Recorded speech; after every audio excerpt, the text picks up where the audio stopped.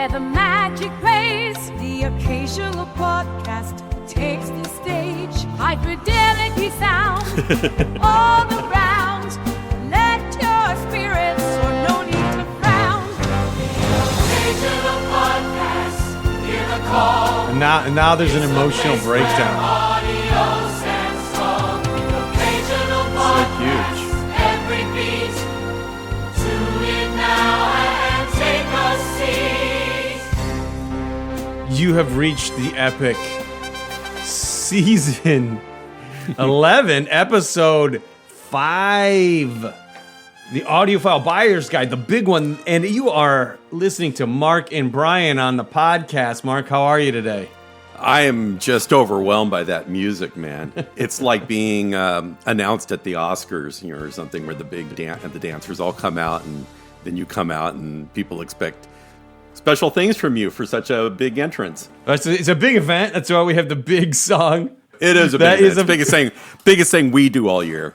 That was, of course, our AI-generated song for episode 5. Yeah, it's got big notes. It's got big orchestra. And I do think it's like, yeah, this is the Oscars of our Hi-Fi Awards. That's so appropriate. Thanks for pointing that out, Mark. You are here with us, and we are going to talk about all the best gear going into 2025.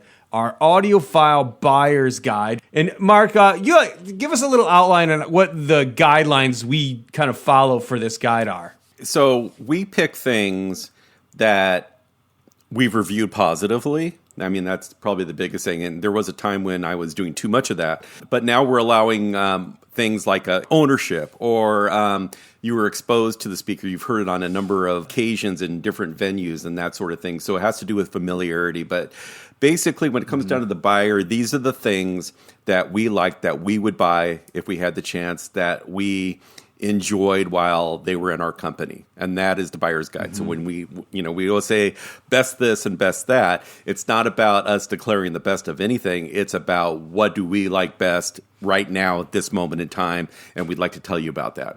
And I just want to point out, too, we have absolutely heard all of these, of course, and we're familiar with them. So we don't just kind of go on popular opinion in the ethos. This is stuff we have firsthand experience with, and we all love dearly. So yes. That is the 2025 Buyer's Guide. Today's episode is brought to you by Focal Name America, a North American distributor. With the collaboration of two industry icons, Focal, the French brand known for high-end audio for home, car, professional, and marine, and Name Audio, the iconic British hi-fi brand. Other brands distributed include Musical Fidelity, Thorens, Avid Hi-Fi, Absolutement, BDI, and Vico Acoustic. Visit FocalNameAmerica.com for your home audio and custom installation needs. This episode of the Occasional Podcast is brought to you by Fernan Roby, a hi-fi designer, manufacturer, and dealer in Richmond, Virginia, where they have been producing heirloom-quality audio equipment and accessories since 2010. Each Fernan Roby piece is meticulously crafted for you to enjoy your favorite music with friends and family. Follow them at Fernan Roby on all social platforms for a behind-the-scenes look at their process, or visit fernandroby.com to see their craftsmanship for yourself. And the first category, we're going to run through a couple of categories here. We've broken it out into several digestible bites, you could say. And the first one is bookshelf speakers.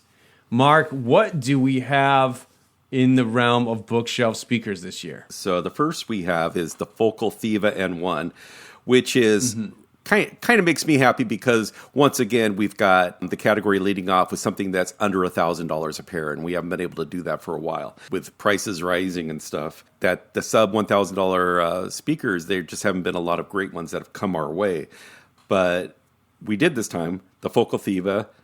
And then the other one would be, we did have it back in the summer, but we're going to have kind of a renewed focus on it, is the Devore Fidelity Micro, which is their smallest little speaker. It's a little cube.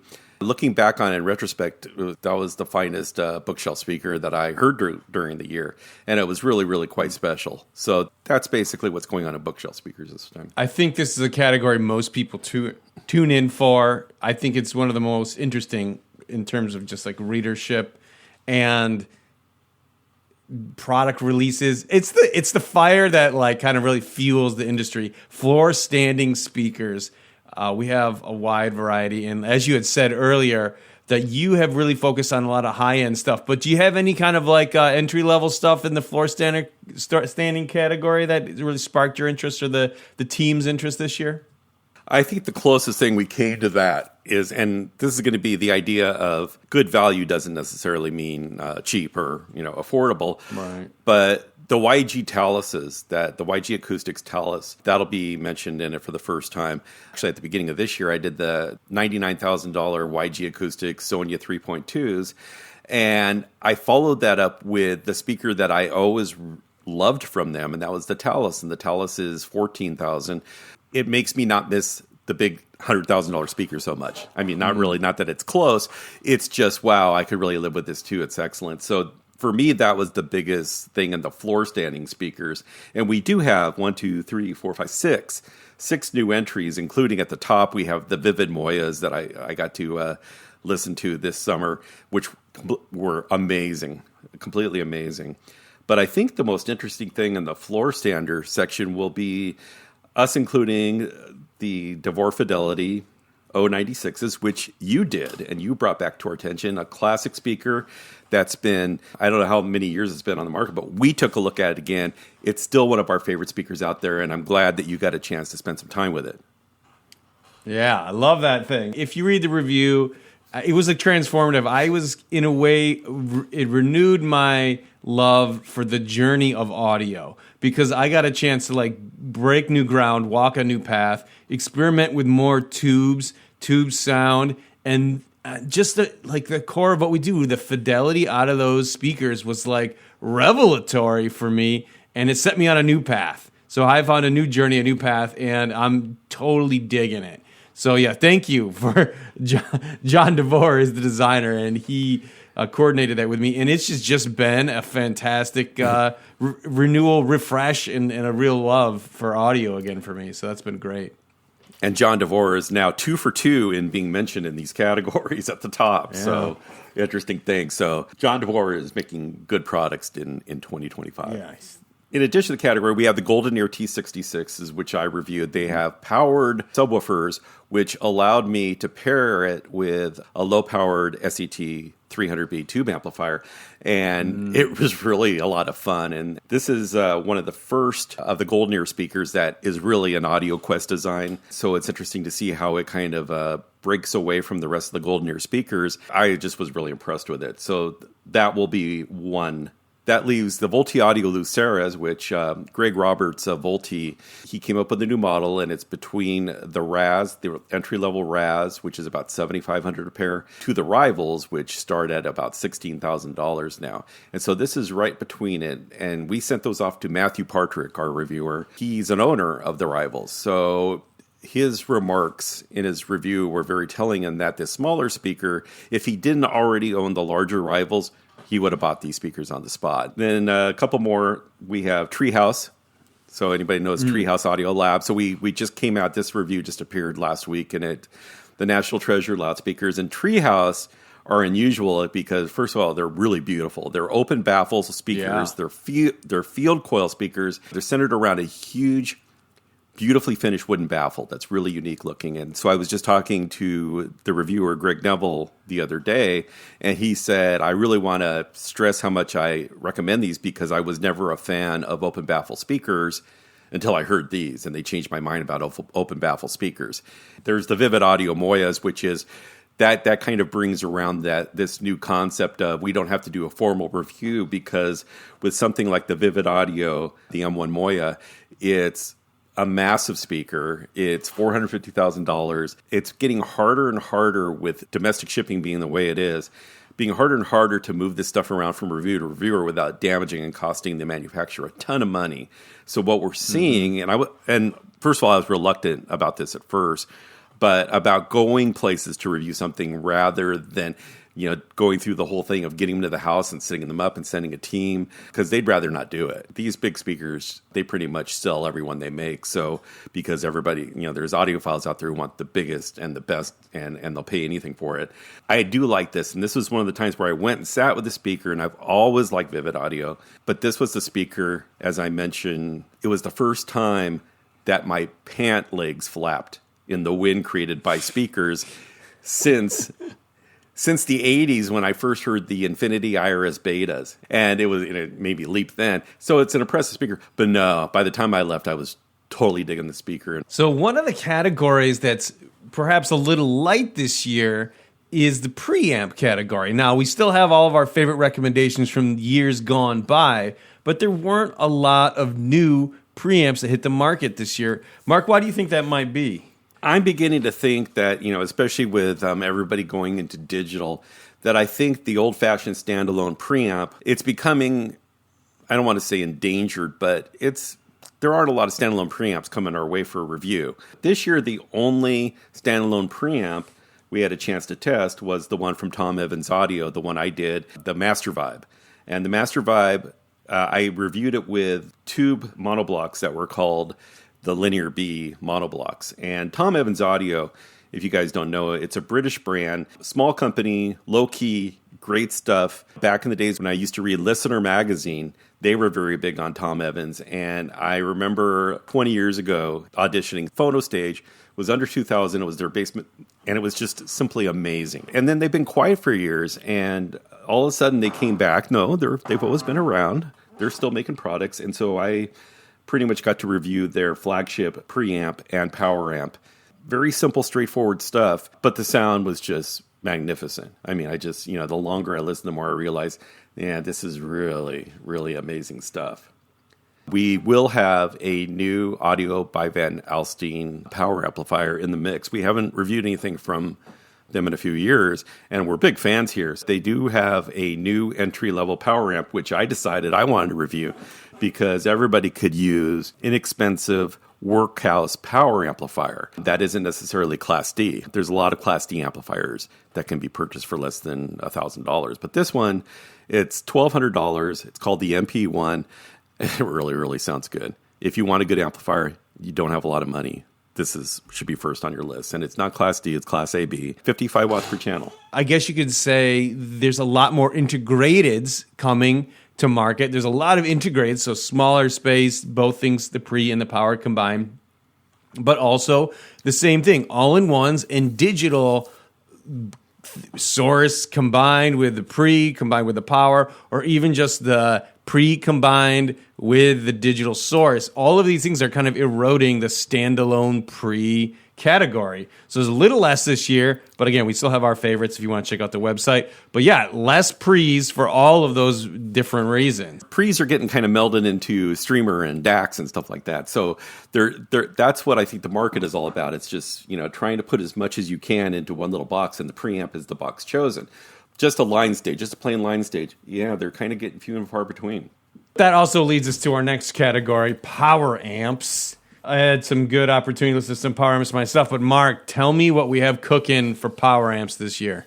So the big one, like I said, the AVA, Audio by Van Alstyne, the Tom Evans, we've already marked. And the only other one is the 8120F from Zandon Audio. Garrett Hongo reviewed that for us, and Garrett has done a couple of pieces. He's a big fan of Zandon of Japan. All has been fantastic stuff. And this 8120F it's about $30,000. It's a tube stereo amplifier. It's $30,000, but once again, Garrett said, "Yep, can't listen to anything else after hearing this." So that is probably the biggest news in power amplifiers that we've had in this issue is this Zandon. The Zandon is really, really a special amplifier. If I could just add one thing myself from my experience, this, however, I want to point out is not in the guide, and Mark didn't know I was going to say this. So he's caught completely unawares. But I have been spending time with the Amps and Sound Little Nugget, which is like a $6,000 power amp. And I am absolutely loving it. It has this warm textured mid-range without sacrificing too much resolution that I have just fallen in love with over the past like month or so. So it's still in-house, review pending. It's not a full review yet, but I have just really been enjoying my time with that. Yeah, maybe one day I will, get to review amps and sound. I'm like the only person in PTA who has not had their hands on amps and sound. And I think that it's important to note with the amps and sound and this recommendation, the Nugget, is that this one's $6,000, but he has a lot of much pricier options that he sells. This $6,000 one is actually a little on the budget side for him. So like I find that a nice, interesting reco that his trickle down is still got some teeth to it. So yeah, that's just my personal experience on the power amp category. So, but now, as we just discussed, of course, we have a growing category of kind of compact pre-power source. The integrated category, I think if you listen to this podcast often, you know me and Mark, huge fan of two-way speakers and integrated amps, long-time fanatics. So we got a bunch of integrateds.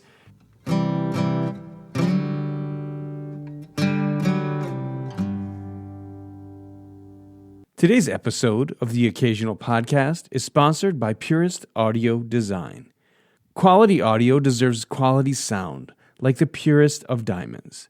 Purist Audio Design, one of the originals and high-end, just launched their Diamond Revision. With improved metallurgy, flexibility, and enhanced shielding to protect your system from RFI, EMI, interference from noisy wireless devices, the Diamond Revision, just like all of Purist cables, is made right here in the US of A. For over 35 years, Purist Audio Design has passionately made high-end, handcrafted audio cables designed specifically for the needs of your system.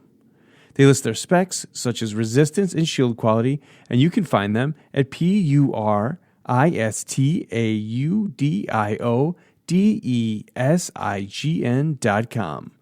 Purist Audio Design is veteran-owned and available worldwide. Tired of audio reviews that sound like they were written by robots? Us too.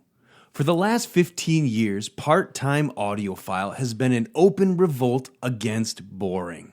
And this year, we're doubling down. We have a brand new look and a brand new name, but the same old attitude. Find us at pt.audio for all your turntable throwdowns and amplifier face-offs. Great sound meets good times at pt.audio.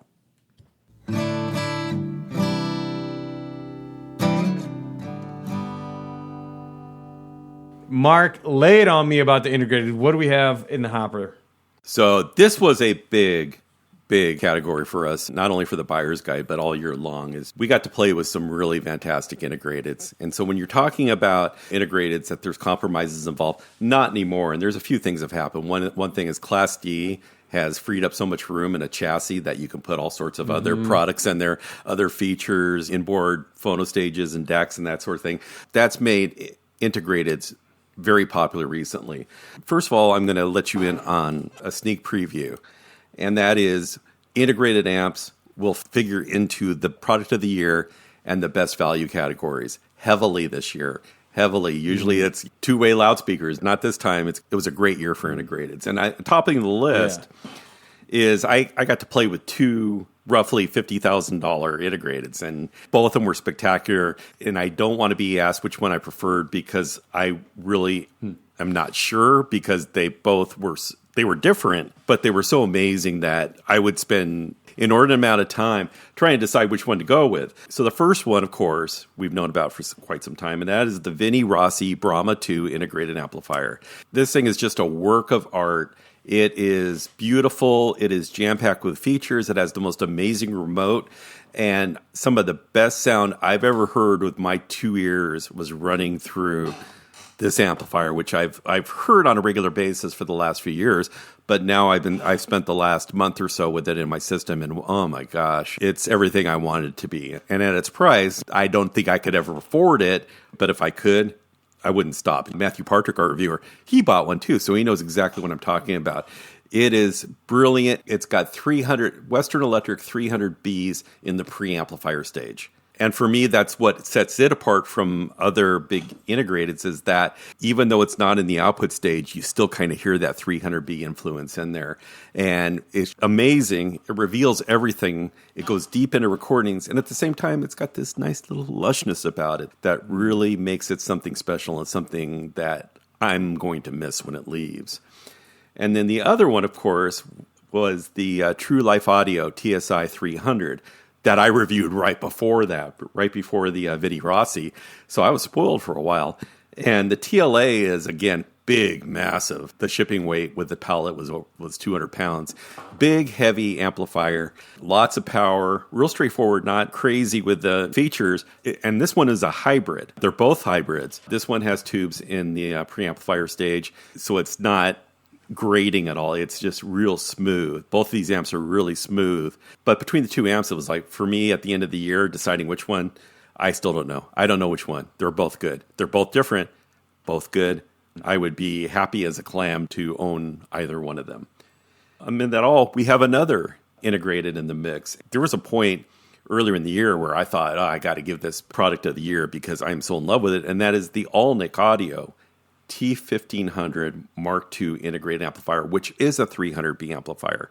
It doesn't have the enormous power of True Life Audio and the Vini. It's 10 watts per channel. So that has limited the speakers that I can use with it, although I have been able to use more speakers than I anticipated because it actually works really good to a certain point. 10 watts per channel, you can still do a lot with if you're smart. And I had paired it originally with the Songer Audio S2 field coil speakers that I also fell in love with. And this match, and the Songers are $50,000 a pair, and the Alnic is only $9,600. And it was like, I wouldn't have hesitated to put these two together. Don't worry about the price differential here. And I've used other speakers with it. The Alnic just made me a 300B fan again. It's like I had forgotten about how much I love 300Bs until this came back into my life. And it's wonderful. And then the final one is the Musical Fidelity A1, which is that 25 watt per channel Class A amplifier that we all saw back in the 90s. Runs really hot. The joke is you can fry an egg on the top of it. I reviewed that this year and was really impressed. $1,779, which I almost thought that was a misprint. I thought it was going to be more money than that. If you love pure Class A sound, this is going to get you there and integrated with a phono stage for less than $2,000. And pure Class A? Pure Class A, 25 watts per channel. Wow. I look back upon my year. That was one of the ones I said, I forgot about how much I enjoyed that one. We'll be moving on from amplifiers to different types of sources here. The first category, of course, our micro category, is a very fun one if you're into the analog side of things. We got a selection of carts, needles, MPUs, SPUs. SPU, okay. An SPU means stereo pickup, so an MPU could mean a mono pickup. So maybe there is such thing as an MPU. It was a test mark, and you passed. I'm glad.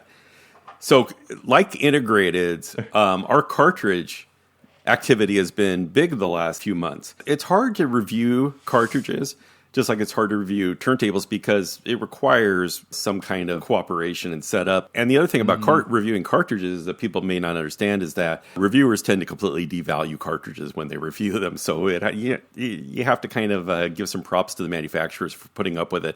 But that's one of the reasons why people aren't reviewing those crazy $25,000, $50,000 cartridges right now, because nobody wants to take that kind of hit. But here's the thing is, though, we actually reviewed 5 new cartridges. That leads off with the SPUs, the Audiophile SPUs that were done by Garrett Hongo, and he put these SPU cartridges, which is, if you don't know what an SPU is, it's all in one body. So you have the body of the cartridge, the head shell, the needle, and everything in. It just screws onto a removable head shell. Big, chunky, looks like it came out of the 30s or the 40s, and yet there are a lot of people who really still love SPUs. And I've been wanting to explore this for quite some time because I just think they look cool, and they do have a unique sound to them. Garrett Hongo was able to review 2 of them from Audiophile, the Ethos and the Silvermeister G. He put them on a Gerard 301, a restored one. The interesting thing about these cartridges is that the Ethos is only like $1,200, and the more expensive one was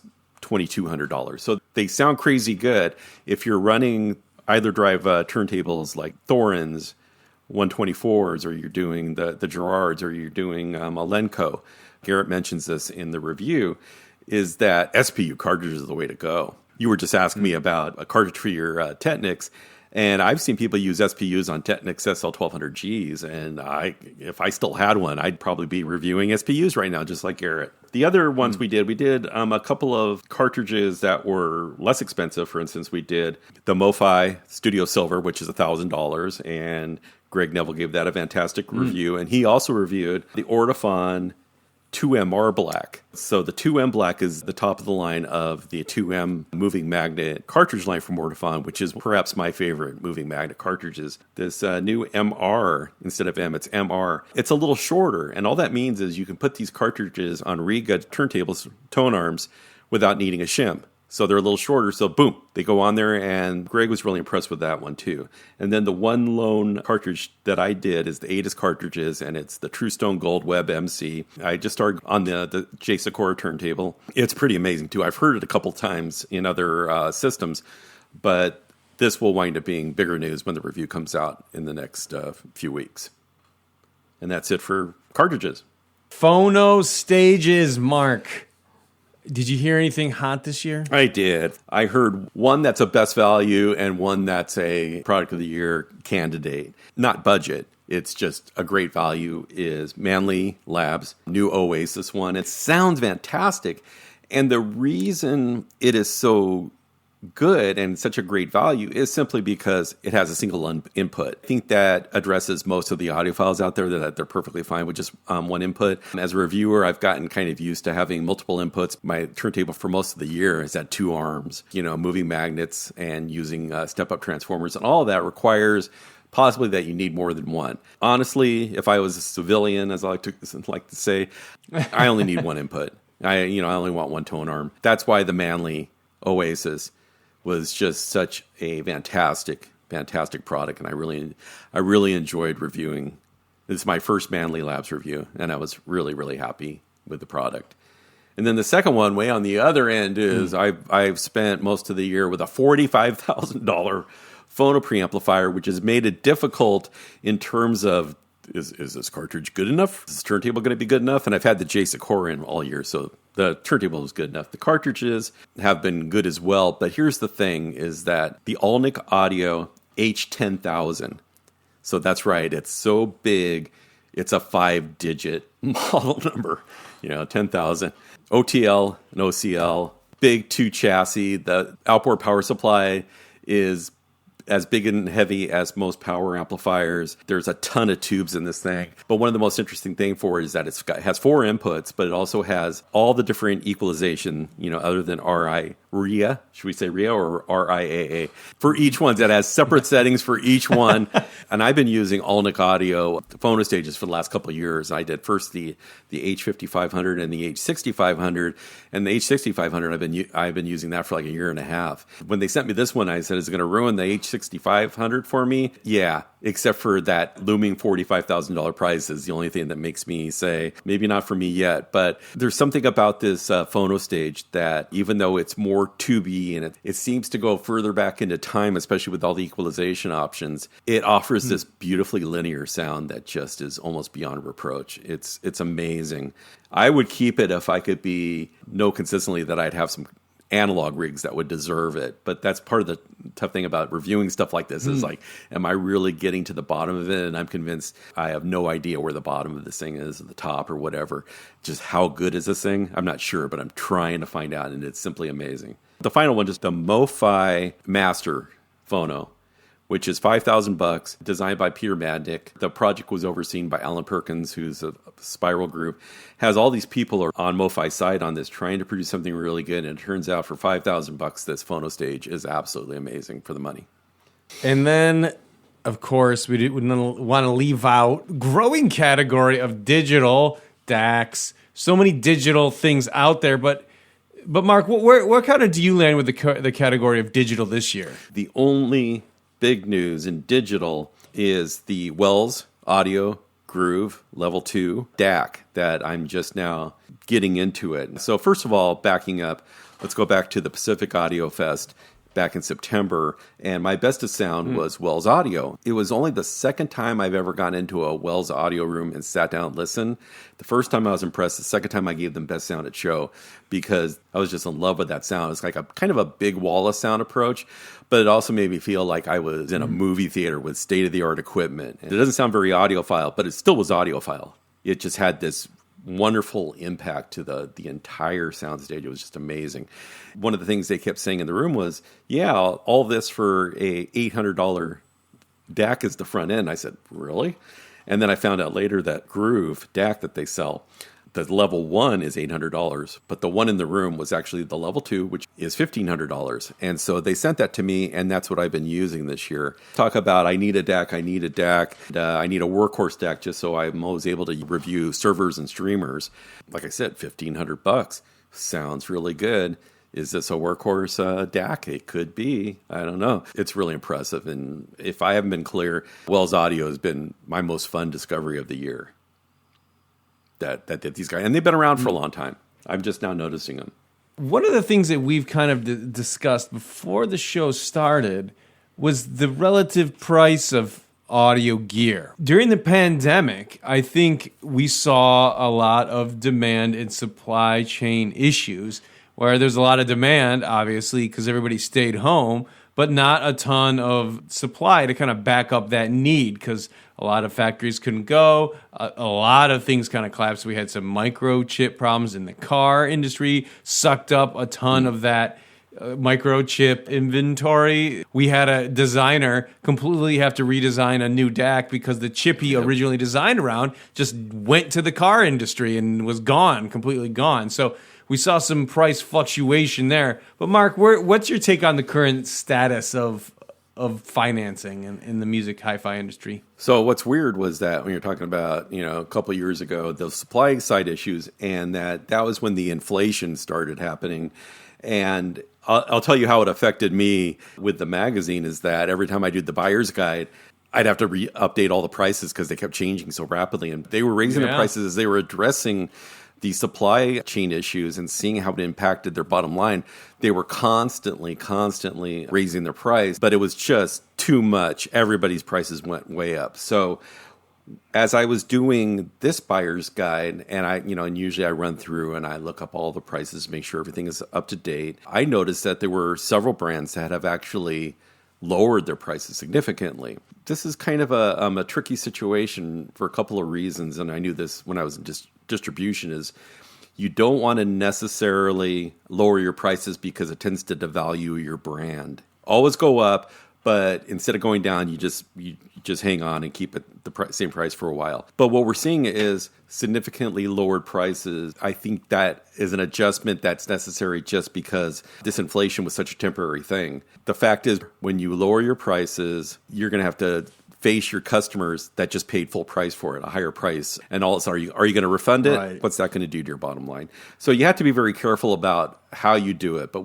I've seen a number of examples, and I will admit that what I suspected that I was noticing in some cases was a product that was coming to the end of its production cycle because I was seeing discounted prices everywhere. And so when they finally discount all these, I'm not going to pull them from the buyer's guide because of this. When they're replaced with new products, I take things out of the buyer's guide if they've been replaced by an improved model. I think that's just kind of a standard in the industry. But in this case, I'm seeing it a lot. People are lowering their prices, and in fact, that might be a good sign that now is the time to go buy high-end audio because the prices are great. But that's something that I notice a lot, and there's a couple of brands I noticed that the discounts were significant. Don't really want to name names just because, as I said, you can devalue a brand, or I could send a whole bunch of people who want refunds to their doors, and I don't want to do that. But you will see it in the buyer's guide at some of the lower prices. And that for me was an interesting thing. What else has been like the most interesting thing that you have either observed or learned in audio in 2024? So like as we close this year out, what do you think is your biggest learning from this specific year? So I'm just at the beginning of exploring this further, but it's one of the discussions about digital is that everybody seems to agree that a file in a server sounds better than streaming. Grover Neville first brought this to my attention. He brought it up, and he got into a very technical reason why. But if you are streaming something on Qobuz and you place in your cache and then listen to it, it will sound better. I had decided last year this time that I wasn't going to get into servers. I wasn't necessarily interested in getting rid of my CD collection yet, or burning everything, ripping CDs and all that.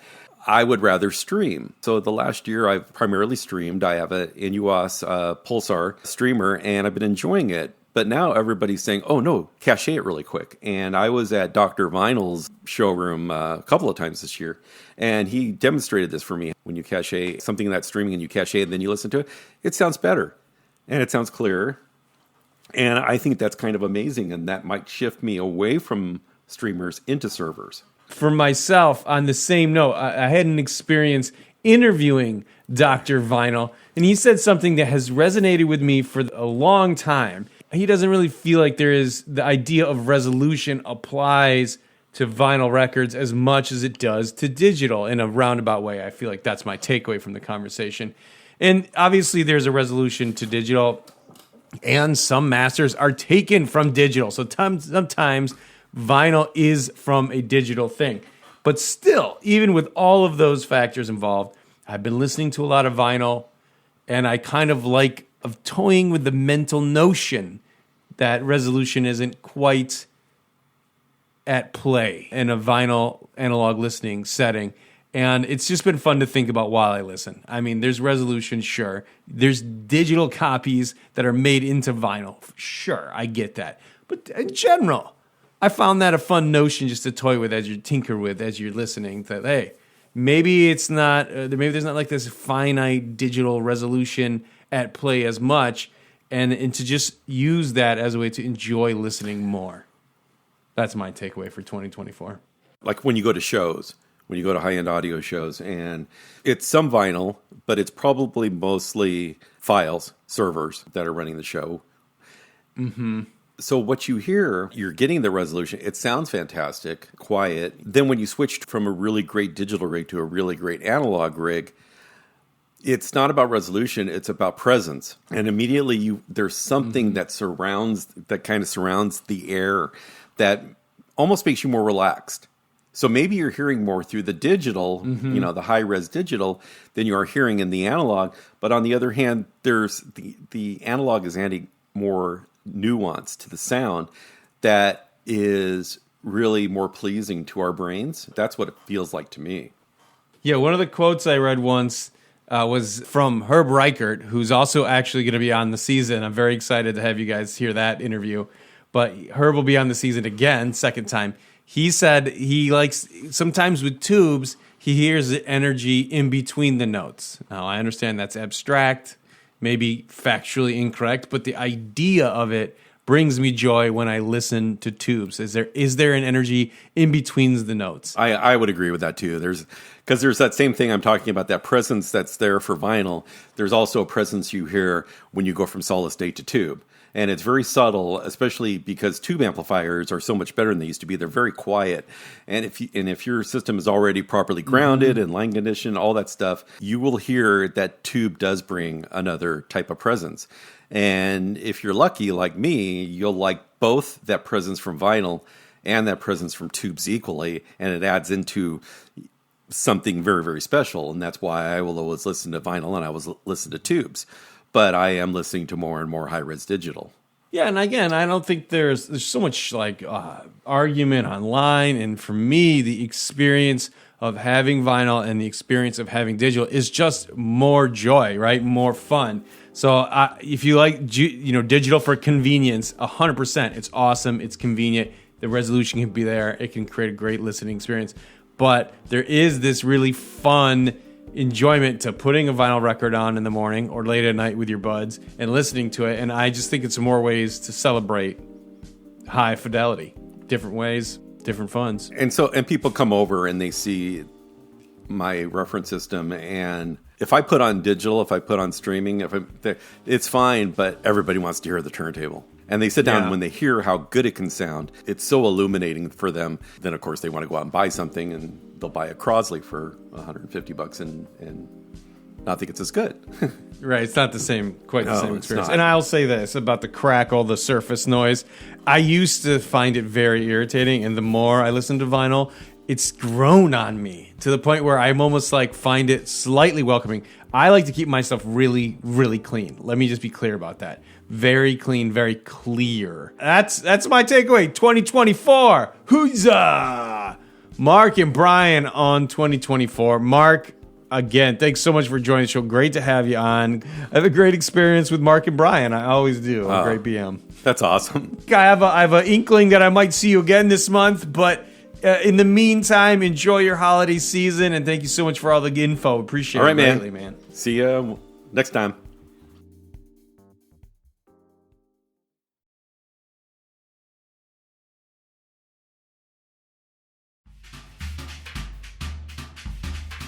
The Occasional Podcast is a production of the Part-Time Audiophile Network, which includes parttimeaudiophile.com, The Occasional Magazine, the PTA newsletter, and audiohead.com. You can stay in touch with us on Twitter, Facebook, Instagram, and YouTube. The Occasional Podcast is produced and hosted by Brian Hunter, executive produced by Scott Hall at PTA Productions. The Occasional Podcast and its original associated music is monitored, mixed, and mastered on the Focal Trio 6 BE studio monitors. AI songs produced by Audio.com. If you haven't already, please subscribe to The Occasional Podcast on iTunes, Google, Spotify, or wherever your favorite podcasts are downloaded.